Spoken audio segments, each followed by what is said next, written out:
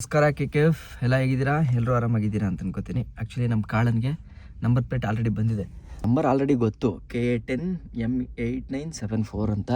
But still number ಹಾಕ್ಸ್ಬೇಕಲ್ಲ, so ಹಂಗಾಗಿ ಈಗ showroom ಕಡೆಗೆ ಹೋಗ್ತಾ ಇದ್ದೀನಿ. ನಾನು ಗಾಡಿ ತಗೊಂಡಿದ್ದೆ ಬಂದು ಮೈಸೂರಲ್ಲಿ, ಬಟ್ ನಾನು ಡೆಲಿವರಿ ತಗೊಂಡಿದ್ದು ಬೆಂಗಳೂರಲ್ಲಿ. ಕಾರಣ ಏನು ಅಂತಂದರೆ, ಈ ಪರ್ಟಿಕ್ಯುಲರ್ ಬ್ಲ್ಯಾಕ್ ಕಲರ್ದು ಜಿಮ್ನಿ ಸ್ಟಾಕಲ್ಲಿ ಇರಲಿಲ್ಲ ನಾನು ಬುಕ್ ಮಾಡಿದಾಗ. ಸೊ ನಾನು ಬುಕ್ ಮಾಡಾದ್ಮೇಲೆ ಅವರು ಹರಿಯಾಣದಿಂದ ಆರ್ಡರ್ ಮಾಡಿಸಿ ತರಿಸಿದ್ರು. ಸೊ ಅದು ಹೆಂಗಿದ್ರು ಬೆಂಗಳೂರಿಗೆ ಬರ್ತಾಯಿತ್ತು. ನಾನು ಯೋಚನೆ ಮಾಡಿದೆ, ಓಕೆ ಬೆಂಗಳೂರು ನಮ್ಮ ರಾಜಧಾನಿ ಅಲ್ಲ, ಸೊ ಅಲ್ಲಿ ಮೀಟಪ್ ಮಾಡಿ ತಗೊಂಬಿಡೋಣ ಅಂಥೇಳಿ ಪಟ್ಟಂತ ಐಡಿಯಾ ಮಾಡಿ ಅಲ್ಲೇ ತಗೊಂಡಿದ್ದು. ಸೊ ಇದು ಇಷ್ಟು ಡೆಲಿವರಿ ಕತೆ. ನಂಬರ್ ಪ್ಲೇಟ್ ಆಲ್ರೆಡಿ ಬಂದಿದೆ. HSRP ಎರಡಕ್ಕೂ ಬೇರೆ ಬೇರೆ ಇರುತ್ತೆ. ಇದು ಸೀರಿಯಲ್ ನಂಬರ್ ಅಲ್ಲ, ಇದು ಫಾರ್ಮ್ 20 ರಿಜಿಸ್ಟ್ರೇಷನ್ ಅಂದ್ರೆ RTO ಹೋಗಿ ಇದಾಗಬೇಕದು. Okay, original key duplicate key ಕೊಟ್ಟಿದ್ದೀವಿ. ಮತ್ತು ಐಕ್ಯಾಟ್ಸ್ ಕೀ ಅಂದರೆ ಬೇರೆ ಯಾರು ಡೂಪ್ಲಿಕೇಟ್ ಕೀ ಮಾಡೋಕ್ಕಾಗಲ್ಲ. ಐಕ್ಯಾಟ್ಸ್ ಅಂದ್ರೆ intelligent computers aunty theft security system ಅಂತ ಸರ್. 2007 ಆನ್ವರ್ಡ್ಸ್ ಏನು ವೆಹಿಕಲ್ ಪ್ರೊಡಕ್ಷನ್ ಆಗ್ತಿದೆ ಎಲ್ಲದರಲ್ಲೂ ಬರ್ತದೆ. ಕಂಪನಿ ಕೊಟ್ಟು ಕೀ ಅಲ್ಲದೆ ಬೇರೆ ಯಾರಾದರೂ ಡೂಪ್ಲಿಕೇಟ್ ಕೀ ಹಾಕಿ ಕಾರ್ ಸ್ಟಾರ್ಟ್ ಮಾಡಿದ್ರೆ ಫ್ಯೂಯಲ್ ಸಪ್ಲೈ ಕಟ್ ಆಫ್ ಆಗುತ್ತೆ. ಅದನ್ನ ಐಕ್ಯಾಟ್ಸ್ ಅಂತ ಹೇಳ್ತಾರೆ. ಅದೆಲ್ಲ ನಿಮ್ಗೆ ಇಂಟಿಗ್ರೇಟೆಡ್ ಸೆನ್ಸರ್ ಈಗ ಬೈ ಡಿಫಾಲ್ಟ್ ಕಾರಲ್ಲಿ ಬರುತ್ತೆ ಎಲ್ಲದರಲ್ಲಿ. ಓಕೆ, ಇಫ್ ಇನ್ ಕೇಸ್ ನಾನು ಎರಡೂ ಕೀನ ಏನಾದರೂ ಕಳ್ಕೊಂಡ್ರೆ ಅಂದ್ರೆ ಫ್ಯಾಕ್ಟ್ರಿಗೆ ನಿಮ್ದು ಇನ್ವಾಯ್ಸಲ್ಲಿ ಕೀ ನಂಬರ್ ಅಂತ ಬರುತ್ತೆ. ಓಕೆ, ಫ್ಯಾಕ್ಟ್ರಿಗೆ ರಿಕ್ವೆಸ್ಟ್ ಮಾಡಿ ಅಲ್ಲಿಂದ ಕೀ ತರಿಸ್ಕೋಬೇಕಾಗುತ್ತೆ. ಮತ್ತು RC ಬುಕ್ಕು 90 ಡೇಸ್ ಆಗುತ್ತೆ. ಅದು ಬರಲಿಕ್ಕೆ 90 ಡೇಸ್ ನಿಮ್ಮ ಮನೆಗೆ ಸ್ಪೀಡ್ ಪೋಸ್ಟಲ್ಲಿ ಬರುತ್ತೆ. ಸೇಲ್ಸ್ ಇನ್ವಾಯ್ಸು ಪ್ರತಿ ಕಸ್ಟಮರ್ಗೂ ಈ ಥರ ಫುಲ್ ಕ್ಲೀನಾಗಿ ಎಕ್ಸ್ಪ್ಲೈನ್ ಮಾಡಿ ಅದಾದಮೇಲೆ ಕೊಡೋದಲ್ವಾ? ಓಕೆ, ಮತ್ತು ಇದು ರೆಗ್ಯುಲರಾಗಿ ಎಲ್ಲರಿಗೂ ಈ ಥರ ಮಾಡೋದಿದೆಯಾ ನೀವು? ಹೌದು, ಅದು ಡಾಕ್ಯುಮೆಂಟೇಶನ್ ನಾವು ಎಕ್ಸ್ಪ್ಲೇನ್ ಮಾಡಲೇಬೇಕು ಸರ್. ಏನಕ್ಕೆ ಏನೇನು ಕೊಡ್ತೀವಿ ಅಂದ್ರೆ ನಮಗೂ ಒಂದು ಇದು ಏನೋ ಅಥೆಂಟಿಕೇಟೆಡ್ ಡಾಕ್ಯುಮೆಂಟ್, ಕಸ್ಟಮರ್ಗೂ ಡೆಲಿವರಿ ಟೈಮಲ್ಲಿ ಗೊತ್ತಾಗುತ್ತೆ ನಾವು ಏನೇನು ಕೊಡ್ತೀವಿ ಅವರಿಗೆ. ನಿಮ್ಮ ಕಡೆಯಿಂದ ಗಿಫ್ಟಾ? ಹೌದು ಸರ್. ಏನಿರುತ್ತೆ ಸರ್? ಇದು ಜಿಮ್ನಿದೇನಾ ಇದು? ಜಿಮ್ ಇದೆ ಸರ್. ಹೌದು, ಕಂಪನಿಯಿಂದ ನಾವು ತರಿಸ್ತೀವಿ. ಓಕೆ, ವೆಂಡರ್ ಕೊಟ್ಟಿರ್ತಾರೆ ನಮಗೆ ಮಾರುತಿಯಿಂದ. ಹಾಂ. ಆ ವೆಂಡರ್ ಒಂದು ಓಪನ್ ಮಾಡಿ ನೋಡಿ ಬಿಡೋಣ ಇಲ್ಲೇ. ಮತ್ತು ಒಂದು ವಾಟರ್ ಕ್ಯಾನು. ಇದು ಜಿಮ್ನಿ ಸಖತ್ತಾಗಿದೆ ಇದು.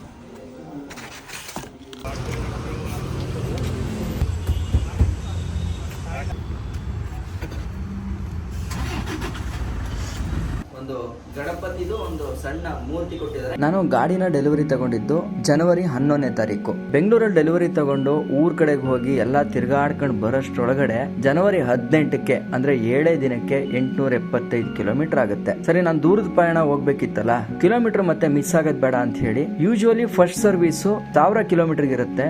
ಆದ್ರೆ ಗಾಡಿಗೆ ಯಾವುದೇ ರೀತಿ ತೊಂದರೆ ಆಗಬಾರ್ದು ಅನ್ನೋ ಉದ್ದೇಶಕ್ಕೆ ಬೇಗನೆ ತಗೊಬಂದು ಸರ್ವಿಸ್ಗೆ ಅಂತ ಬಿಡ್ತೀನಿ. ನನಗೆ ಬೈಕ್ದು ಸರ್ವಿಸ್ ಮಾಡಿಸಿ ಅಭ್ಯಾಸ ಇದೆ, ಆದ್ರೆ ಕಾರ್ಗೆ ಸರ್ವಿಸ್ ಮಾಡ್ತಾ ಇರೋದು ಇದೇ ಫಸ್ಟ್ ಟೈಮು. ಕಾರ್ ಸರ್ವಿಸ್ಗೆ ಅಂತ ತಗೊಬಂದು ಇವ್ರ ಹತ್ರ ಬಿಟ್ಟ ಮೇಲೆ ಸಂಜೆ ಅಷ್ಟರಲ್ಲಿ ಗಾಡಿ ರೆಡಿ ಆಗಿರುತ್ತೆ.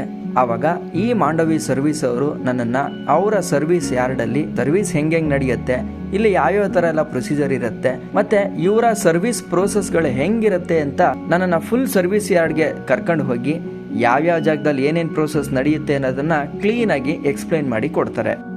ಇಲ್ಲಿ ಆರಾಮಾಗಿ ಕೂತ್ಕೊಂಡು ಗಾಡಿ ಏನು ರೆಡಿ ಆಗ್ತಿದೆ ಏನೋ ಎತ್ತ ಅಂತ ನೋಡ್ಬೋದು.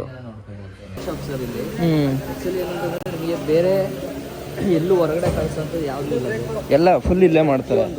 ನೈಟ್ರೋಜನ್ ಏರ್ ಇದೆ. ಓಕೆ, ಈಗ ನಾವು ಫಸ್ಟ್ ಸರ್ವಿಸಿಗೆ ಬಿಡಬೇಕು ಅಂತಂದರೆ ಕಂಡೀಷನ್ ಏನು? 1000 kilometre either 1 month. If in case ನಾನು 1000 ಓಡಿಸೇ ಇಲ್ಲ ಅಂತಂದರೆ ಬಿಡಲೇಬೇಕು, ಇಲ್ಲಾಂದರೆ ಸರ್ವಿಸ್ ಹಿಸ್ಟ್ರಿ ಮೇಂಟೈನ್ ಆಗಲ್ಲ. 20. ಓಕೆ, ಸೊ ಈ ಆಯಿಲ್ ಎಲ್ಲ ಕನೆಕ್ಟ್ ಆಗಿ ಆ ನಾಜಲ್ಸಿಗೆ ಬರುತ್ತೆ. ಓ, ಬಾಡಿ ರಿಲೇಟೆಡಾ? ಓಕೆ, ಪೇಂಟ್ ಆಗ್ತದೆ. ಇದಾಗ್ತಿದೆ ಹೀಟ್. ಹೌದೌದು.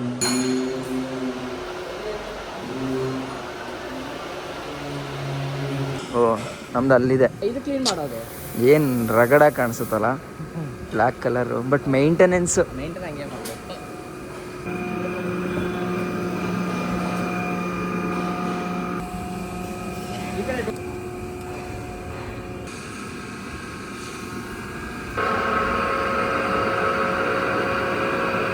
ಬೈಕಲ್ಲಿ ಫಸ್ಟ್ ಸರ್ವಿಸ್ ಮಾಡಿದ್ರೆ ಆಯಿಲ್ ಚೇಂಜ್ ಮಾಡ್ತೀವಿ.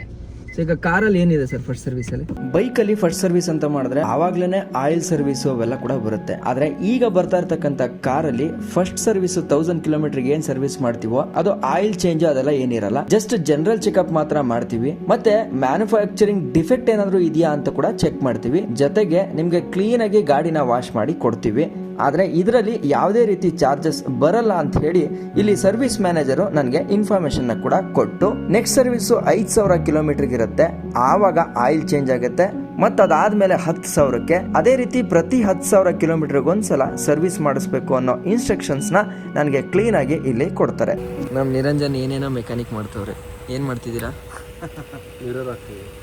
ಆಮೇಲೆ ಅಲ್ಲಿಂದ ಸೀದಾ ನನ್ನ ಕಾಳನ್ನ ತಗೊಬಂದು ನಮ್ಮ ನಿರಂಜನ್ ಅವರ ಕಾರ್ ಫಾರ್ಮರ್ಸ್ ಅಲ್ಲಿ ಬಿಡ್ತೀನಿ. ಒಂದು ನಂಬರ್ ಪ್ಲೇಟ್ ನ ಕ್ಲೀನ್ ಆಗಿ ಫಿಟ್ ಮಾಡ್ಕೊಡಕ್ಕೆ ನೋಡಿ ರಿವೇಟ್ ಹಾಕಿ HSRPಗೆ ಹೋಲ್ ಹಾಕಿ ಇದ್ ಮಾಡ್ಬೇಕು. ಬಟ್ ಇದ್ರದ್ದು ಏನೇ ಇದು ಅಂದ್ರೆ ಅದೊಂದ್ಸರಿ ರಿವೇಟ್ ಹಾಕ್ಬಿಟ್ರೆ ಅದನ್ನ ಬಿಚ್ಚಕ್ಕೆ ಸ್ವಲ್ಪ ಪರದಾಟ ಇರುತ್ತೆ.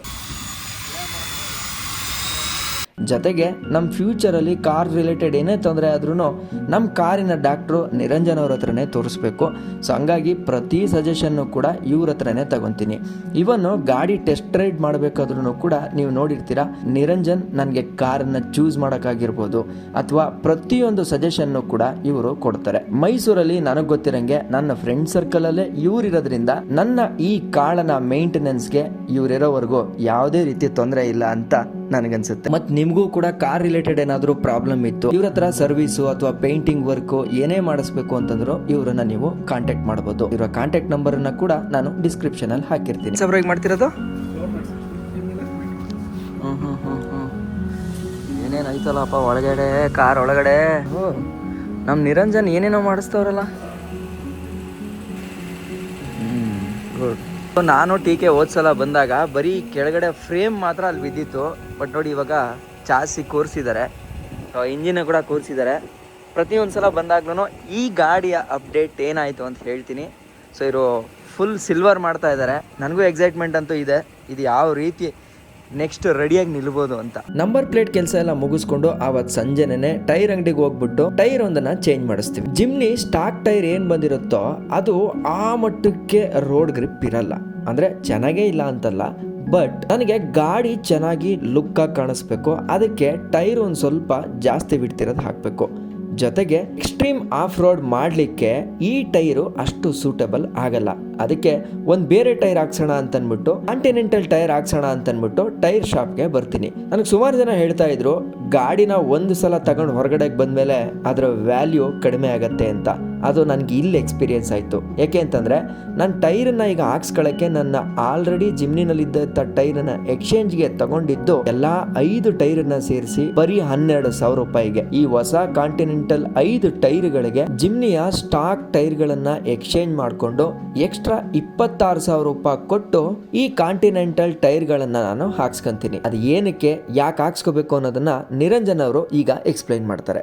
215 75 ಇದೆಯಲ್ಲ, 215 75% ಆಫ್ 215 ಇದರದ್ದು ಅದಕ್ಕೆ ಆಸ್ಪೆಕ್ಟ್ ರೇಷಿಯೋ ಅನ್ನೋದು. 215 75% R15 ರೀಡಿಂಗ್. ಸೊ ನಾವಿವಾಗ ಕಾಂಟಿನೆಂಟಲ್ ಟೈರ್ಸ್ನ ನಮ್ಮ ಕಾಳನಿಗೆ ಹಾಕಿಸ್ತಾ ಇದೀವಿ. Cross contact alternate tyre. HL ಅಂದರೆ ಹೆವಿ ಲೋಡ್ ಅಂತ. ಇದು ಬೇಸಿಕಲಿ ಇದೇ ವೆಹಿಕಲ್ಗಳಿಗೆ ಎಲ್ಲ ಡಿಸೈನ್ ಮಾಡಿರೋದು. ಬಟ್ ಇನ್ನು ಸ್ವಲ್ಪ ವೈಡರ್ ಕೊಟ್ಟಿದ್ರೆ ಪ್ಲಸ್ ಆಲ್ ಟೆರೇನು ಇದೆಲ್ಲ ಯೂಸ್ ಮಾಡೋದು ಎಲ್ಲ ಥರ ಟೆರೇನ್ ಕಂಡೀಷನ್ಗೆ ಯೂಸ್ ಮಾಡ್ತೀವಿ. ನಿಮಗೂ ಕಾನ್ಫಿಡೆನ್ಸ್ ಬರುತ್ತೆ. ಎಸ್. ಥ್ರೆಡ್ ಜಾಸ್ತಿ ಇದಾದಷ್ಟು ನಿಮ್ಗೆ ಯಾವುದೋ ಟಫ್ ಸಿಚುವೇಶನ್ ಮಡ್ ಗಿಡ್ಡಲ್ಲಿ ಅಲ್ಲಿ ನಿಮ್ಗೆ ಗ್ರಿಪ್ ಸಿಗಬೇಕು, ಟೈರ್ ಹಿಂಗೆ ಪುಷ್ ಮಾಡಿ ಹೋಗಬೇಕು. ಆ ಥರ ಈ ಪ್ಯಾಟರ್ನ್ಸ್ ನೋಡೋದು. ಹೋಗ್ತಾ ಇದ್ದಾಗ ಇಲ್ಲಿ ಮಣ್ಣಿತ್ತು ಅಂದ್ರೆ ಹೋದಾಗ ಅದು ಮಣ್ಣು ಪುಷ್ ಮಾಡಿ ಮುಂದಕ್ಕೆ ಹೋಗುತ್ತೆ, ಸೀಳ್ಕೊಂಡು ಹೋಗುತ್ತೆ ಮುಂದಕ್ಕೆ. ಅದೇ ಥರ. ಬಟ್ ಅದನ್ನು ರೋಡಲ್ಲಿ ಓಡಿಸೋಕ್ಕಾಗಲ್ಲ. ನಿಮ್ಗೊಂದು ಡೌಟ್ ಇರುತ್ತೆ, ಈಗ ಟೈರ್ ಚೇಂಜ್ ಮಾಡಿದ್ಮೇಲೆ ಮೈಲೇಜ್ ಕಡಿಮೆ ಆಗಲ್ವಾ ಅಂತ. ಖಂಡಿತ ಮೈಲೇಜ್ ಕಡಿಮೆ ಆಗಿದೆ. ನಾನು ಸ್ಟಾಕ್ ಟೈರಲ್ಲಿದ್ದಾಗ ಕಾಳ ನನಗೆ 12.5 ಕಿಲೋಮೀಟ್ರ್ ಮೈಲೇಜ್ ಕೊಡ್ತಿದ್ದ. ಆದರೆ ಒನ್ಸ್ ಈ ಟೈರ್ನ ಹಾಕಿದ ಮೇಲೆ ಈಗ 9ರಿಂದ 9.5 ಕಿಲೋಮೀಟ್ರ್ ಕೊಡ್ತಾ ಇದ್ದಾನೆ. ಖಂಡಿತ ಮೈಲೇಜ್ ಕಡಿಮೆ ಆಯಿತು, ಆದರೆ ಗಾಡಿ ತಗೊಂಡ ಮೇಲೆ ಆ ಲುಕ್ ಇಲ್ಲ ಅಂತಂದರೆ ಆ ಒಂದು ಫೀಲ್ ಸಿಗಲ್ಲ. ಹುಡುಗರ ಆಸೆಗಳೇ ಹಾಗೆ. ನಾವು ತಗೊಂಡಿರೋ ಗಾಡಿಗಳಾಗಿರ್ಬೋದು ಅಥವಾ ಕಾರ್ಗಳಾಗಿರ್ಬೋದು ನಮಗಿಂತನೂ ಅಲಂಕಾರವಾಗಿ ಚೆನ್ನಾಗಿರಬೇಕು. ಅದು ರೋಡಲ್ಲಿ ಹೋಗ್ತಾ ಇದ್ರೆ 4 ಜನ ನೋಡಿ ಎಷ್ಟು ಗತ್ತಾಗಿದೆ ಅಂತ ಅನ್ಕೋಬೇಕು ಅಂತ ಅನ್ಕೊಳ್ಳೋದು. ಈಗ ನಮ್ಮ ಫ್ರೆಂಡ್ಸ್ ಕ್ಲಬ್ಗಳಲ್ಲೂ ತುಂಬಾ ಜನ ಕಾರ್ಗಳಲ್ಲಿ ಡ್ರೈವ್ ಮಾಡಬೇಕು ಅನ್ನೋ ಪ್ಲಾನ್ಗಳನ್ನ ಇಟ್ಕೊಂಡಿದೀವಿ. ಅದೇ ನಿಟ್ಟಲ್ಲಿ ನಮ್ಮ ಒನ್ ಜಾಯಿಂಟ್ ವಿನಯ್ ಅವರು ಕೂಡ ಅವ್ರ ಕಾರನ್ನ ತಗೊಂಡಿದ್ದಾರೆ. ಅವ್ರಿಗೂ ಕೂಡ ಶುಭವಾಗ್ಲಿ ಅಂತ ಕೇಳ್ಕೊಳ್ತಾ ಈ ನಮ್ಮ ಜಿಮ್ನಿಯ ಬಗ್ಗೆ ಒಂದಷ್ಟು ಮಾಹಿತಿಗಳನ್ನ ನಿಮಗೆ ಕೊಡೋಂಥ ಪ್ರಯತ್ನ ಮಾಡಿದ್ದೀನಿ. ಇಷ್ಟು ಹೇಳ್ತಾ ನಾನು ನಿಮ್ಮ ಕಿತ್ತಡಿ ಕಿರಣ್. ಜೈ ಹಿಂದ್, ಜೈ ಕರ್ನಾಟಕ ಮಾತೆ.